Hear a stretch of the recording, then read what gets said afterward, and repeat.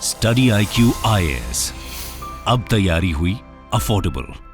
Hello and welcome everyone.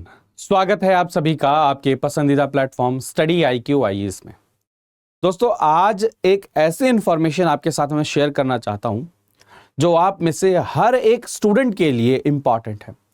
Even मैं ये भी कहूंगा कि जो किसी और एग्जाम की भी तैयारी कर रहे हैं उन सभी स्टूडेंट्स के लिए भी क्या है, इंपॉर्टेंट है। मैं ये चीज बताना चाहता हूं कि आप सभी जानते हैं कि यूपीएससी का जो एग्जाम का साइकिल है वो एक साल में एक ही बार होता है। तो बहुत सारे स्टूडेंट का ये क्वेश्चन रहता है कि क्या कोई दूसरा एग्जाम हम दे सकते हैं। तो बहुत चुनिंदा और सिलेक्टेड एग्जाम है जिनको यूपीएससी के स्टूडेंट्स दे सकते हैं और उनको प्लान बी के रूप में देख सकते हैं। तो वैसे ही ऑलमोस्ट 10 साल के बाद में एक और वैकेंसी आई है, नोटिफिकेशन आई है। कौन सी नोटिफिकेशन है?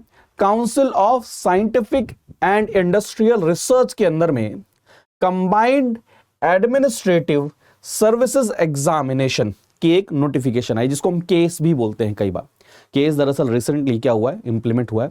तो ये आप कह सकते हैं कि केस का फर्स्ट एग्जाम है और CSIR के अंदर में जो ये एग्जाम है एडमिनिस्ट्रेटिव वाला, ये 10 साल के बाद नोटिफिकेशन आई है। बहुत अच्छी अपॉर्चुनिटी है। 444 वैकेंसीज हैं। और मैं इसलिए कह रहा हूं क्योंकि जब अभी हम पैटर्न देखेंगे और अभी जब मैं आपको क्वेश्चन पेपर दिखाऊंगा तो आप कहेंगे कि जी हाँ, इसमें हम ट्राई कर सकते हैं।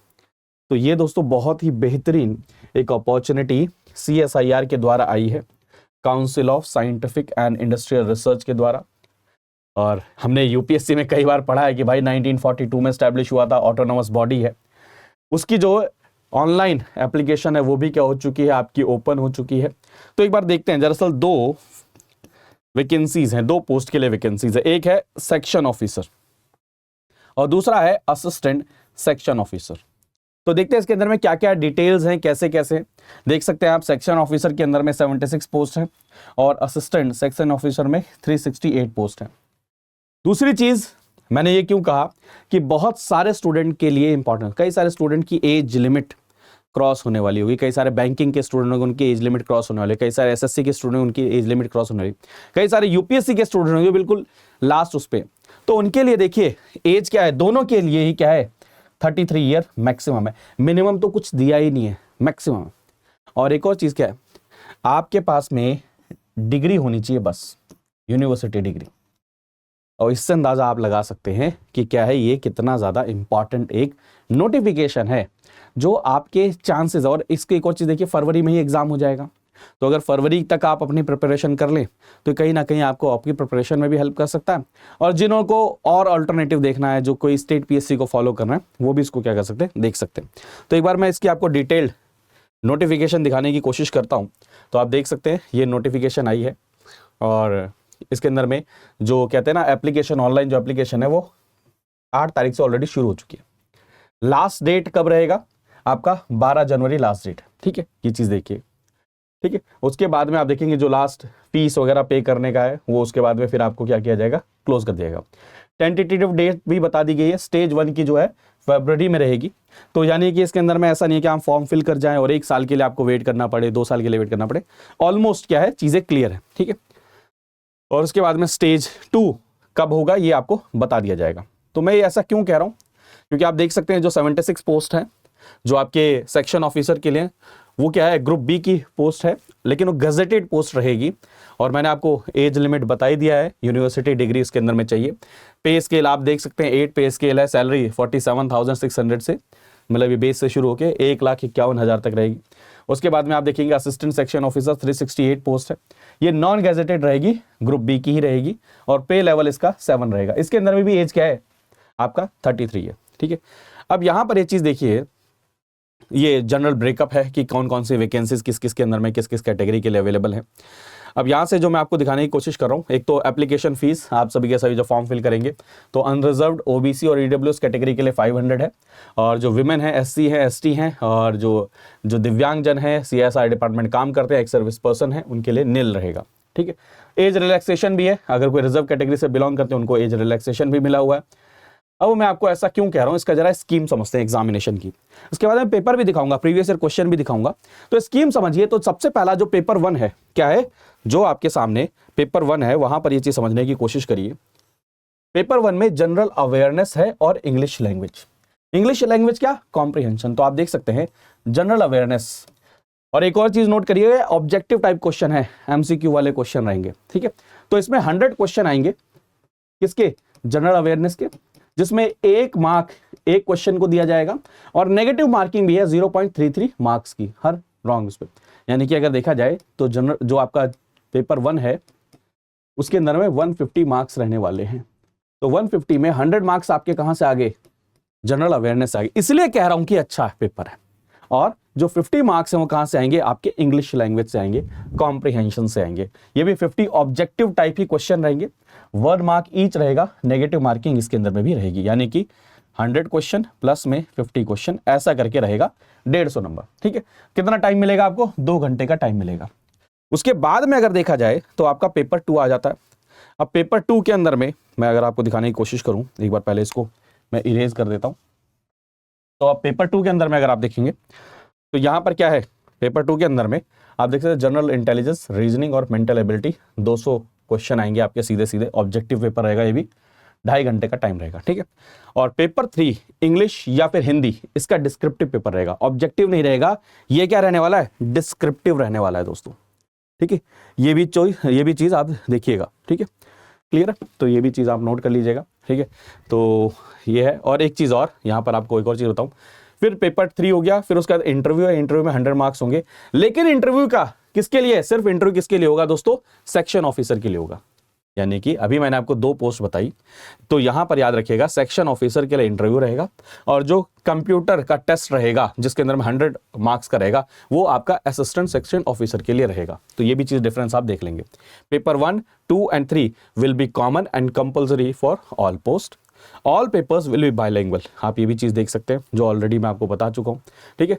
तो ये सारी की सारी चीज़ें हैं, आप यहाँ पर देख सकते हैं। अभी मैं आपको दिखाऊंगा हिस्ट्री और सिलेबस भी देख लीजिए। अब ये आपको मज़ेदार आने वाला है।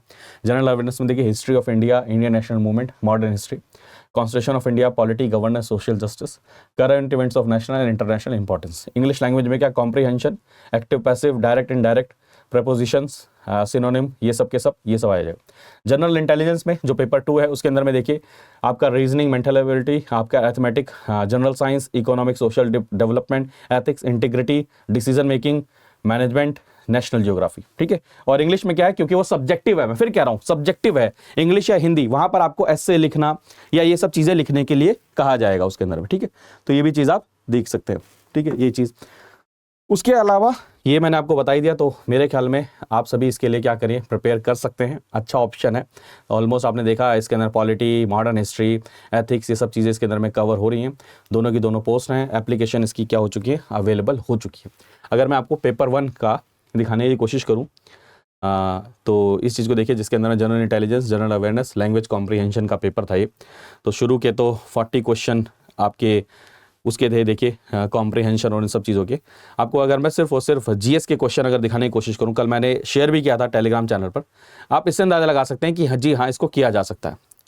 अब ये देखिए, the President of India can grant pardon to a convict sentence to death, कौन से आर्टिकल के तहत में, which article that deals with the official language, special status is given to Jammu and Kashmir, कितना, under the article 148, CAG, CAG नहीं, controller and auditor general, हाँ जी है, CAG India of India shall be appointed by, किसके द्वारा appoint किए जाते हैं, कितना इजी क्वेश्चन है।